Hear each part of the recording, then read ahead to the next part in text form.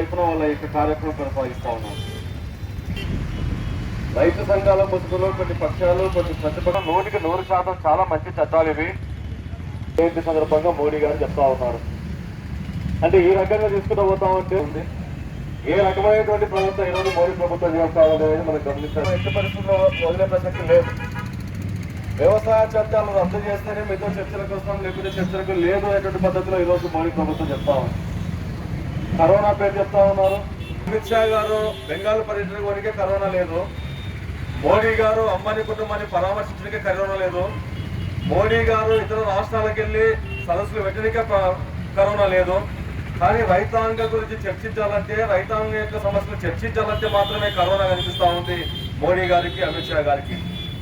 కాబట్టి ప్రజలను నమ్మేలాగా, ప్రజల్ని మోసపుచ్చేలాగా ఇప్పటికీ పత్రిక, కొన్ని టీవీలు, కొన్ని ఛానళ్ళు మా కంట్రోల్లో ఉన్నాయి, మా పరిధిలో ఉన్నాయి అని చెప్పేసి రైతాంగాన్ని మేము ఎప్పుడైనా ఆల్వేస్ మేము చర్చలకు ఆహ్వానిస్తా ఉన్నాం. వాళ్ళు రావట్లేదటువంటి ఒక నెపం చేస్తూ ఉన్నారు. ఈ వ్యవసాయ చట్టాలు రైతులకు ప్రమాదకరం అని చెప్పేసి ప్రస్పష్టంగా చెప్పినా ఈ మోడీ ప్రభుత్వానికి అర్థమయ్యేటువంటి పరిస్థితి లేదు. అందుకోసం అని చెప్పేసి రైతు సంఘాలు చెప్తా ఉన్నా, ఇప్పటికైనా సరే కరోనా వచ్చినా, మరి ఏ రోగం వచ్చినా, మరి ఏ వైరస్ వచ్చినా ఈ ఢిల్లీ నగరాన్ని మేము వదిలి వెళ్లే ప్రసక్తి లేదు.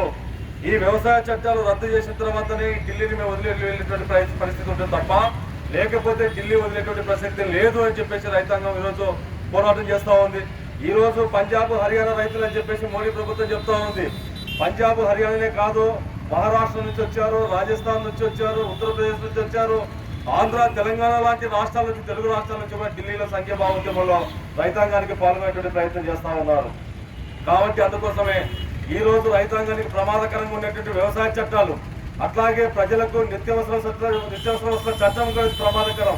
ఆ నిత్యావసర వస్తువుల చట్టం అమలైతే కనుక వినియోగదారులకు చాలా ప్రమాదకరంగా ఉంటుంది. వినియోగదారులు కూడా పూర్తిగా నష్టపోయేటువంటి ప్రమాదం వస్తుంది.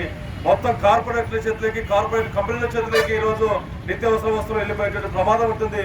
అందుకోసమే దీన్ని వినియోగదారులు కూడా గుర్తించాల్సిన అవసరం ఉందని చెప్పేసి ఈరోజు మేము రైతు సంఘాలుగా, ప్రజా సంఘాలుగా డిమాండ్ చేస్తూ ఉన్నాం. అందుకే ఈ 3 నల్ల చట్టాలను రద్దు చేసేంత వరకు ఈ పోరాటం కొనసాగిస్తామని చెప్పేసి కూడా మేము రైతాంగంగా, రైతుల ప్రజా సంఘాలుగా మేము ఆందోళన వ్యక్తం చేస్తూ ఉన్నాం.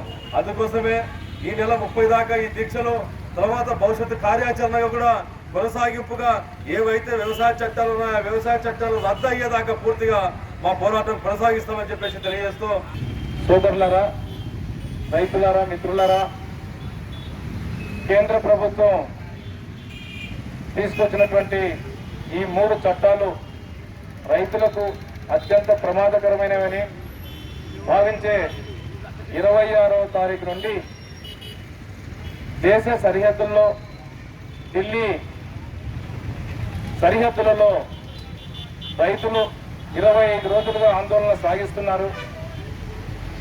ఈ గడగడ వణికేటువంటి చలిలో, మంచు గడ్డలో ఈ ఆందోళన సాగుతుంది. ఇప్పటికే 33 మంది చనిపోయారు. అనేక మంది తమకిచ్చినటువంటి పద్మభూషణ్ అవార్డులు, శౌర్యచక్ర బిరుదులు వాపసు చేశారు.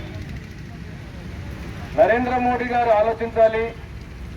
ఒక మత గురువు ఆయన, మీరందరూ కూడా పద్మభూషణ్ అవార్డులు వెనక్కిచ్చారు, నా దగ్గర అట్లాంటివి లేవు, నేను ప్రాణం ఇస్తున్నాను అని చెప్పేసి తమ తుపాకీతో కాల్చుకొని ఒక సూసైడ్ నోట్ రాసి చనిపోవడం అనేటువంటి జరిగింది.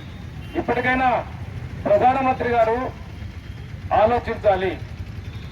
రైతులకు ప్రమాదకరమైనటువంటి చట్టాలను బేషరతుగా రద్దు చేయాలని చెప్పేసి తన సూసైడ్ నోట్లో పేర్కొనడం జరిగింది.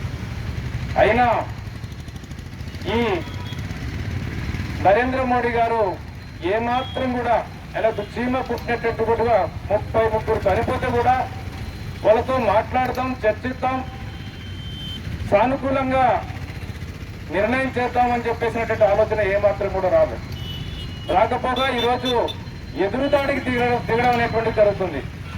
అనేక సందర్భాలలో ఈ ఉద్యమాన్ని ఖలిస్తాన్ ఉగ్రవాదులు ఉన్నారని చెప్పేసి, తీవ్రవాదులు ఉన్నారని చెప్పేసి, అర్బన్ నక్సలైట్లు ఉన్నారని చెప్పేసి రకరకాలుగా ప్రచారం చేశారు. పాకిస్తాను నడుపుతుందని చెప్పేసి, చైనా నడుపుతుందని చెప్పేసి ఈ రకంగా ఒక దుష్ప్రచారం అనేటువంటి సాగించారు. అయినా సాగలేదు. ఈ 500 రైతు సంఘాల్లో చీలిక తీసుకురావడం కోసం అనేక రకాల కుట్రలు కుతంత్రాలు చేశారు. అవి కూడా ఫలించలేదు. ఫలించనందుకు ఈరోజు ఆయన చెప్తున్నాడు, ఈరోజు పత్రికల్లో వచ్చింది, అన్ని రాజకీయ పార్టీలు అన్ని కూడా ఈరోజు రైతులను పక్కదారి పట్టిస్తున్నారు అని చెప్పేసి చెప్తున్నారు. ఏమిటి పక్కదారి? ఆయన చెప్పినటువంటి స్వేచ్ఛలో ఏముంది? ఆయన చెప్పినటువంటి స్వేచ్ఛలో ఏముంది? రైతులకు స్వేచ్ఛనంట, అట్లాగే వ్యాపారస్తులకు స్వేచ్ఛనంట. అక్కడే ఉంది నీ మర్మమంతా కూడా. ఈరోజు రైతులు మన దేశంలో 40 కోట్ల ఎకరాలు ఈరోజు సాగవుతుంటే అందులో ఉన్నటువంటి వాళ్ళు 65% పైగా 3 ఎకరాలు 2 ఎకరాలు 5 ఎకరాలకు లోబడినటువంటి వాళ్ళే. అంటే సన్న చిన్నకారు రైతులే ఈరోజు ఉన్నటువంటి పరిస్థితి ఉంది. మరి అటువంటి రైతాంగం ఈరోజు ఎక్కడ సుదూర ప్రాంతాలకు, వాళ్ళు చెప్పేటువంటి సుదూర ప్రాంతాలకు చెన్నై కానీ కలకత్తా కానీ ఢిల్లీ నగరాలకు పోయి అమ్ముకునేటువంటి పరిస్థితి ఉందా? ఒక్కసారి ఆలోచించండి. ఇక్కడ ఉన్నటువంటి కర్నూలు మార్కెట్కి చుట్టుపక్కల గ్రామాలు వాళ్ళు రాలేక, అంటే తమకు రవాణా ఛార్జీలు పడతాయని అనేక రూపాయల ఇబ్బంది జరుగుతుందని చెప్పేసి అక్కడనే గ్రామంలోనే ఎవరైనా వ్యాపారస్తులు వచ్చి అమ్ముకునేటువంటి పరిస్థితులలో ఎక్కడ ఢిల్లీ, ఎక్కడ కలకత్తా, ఎక్కడ చెన్నై ఇట్లాంటి ప్రాంతాలకు పోయి అమ్ముకునేటువంటి పరిస్థితి ఉందా? ఆలోచించాల్సినటువంటి అవసరం ఉంది.